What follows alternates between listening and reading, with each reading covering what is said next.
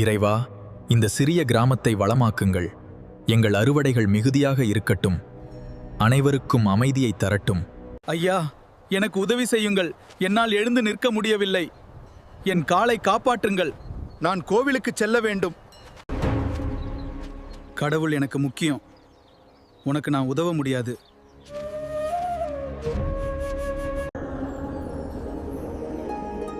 அன்று இரவு அவன் கனவில் கடவுள் வந்தார். நான் இன்று உன்னை கவனித்தேன்.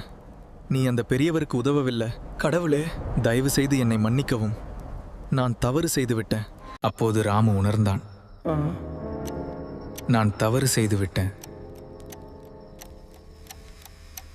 தாத்தா, இந்த உணவை சாப்பிடுங்கள். இது உங்களுக்காக.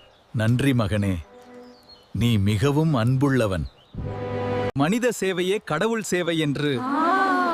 அதன் பின் அவன் வாழ்க்கை மாறியது. மாற்றிக்கொண்டான்.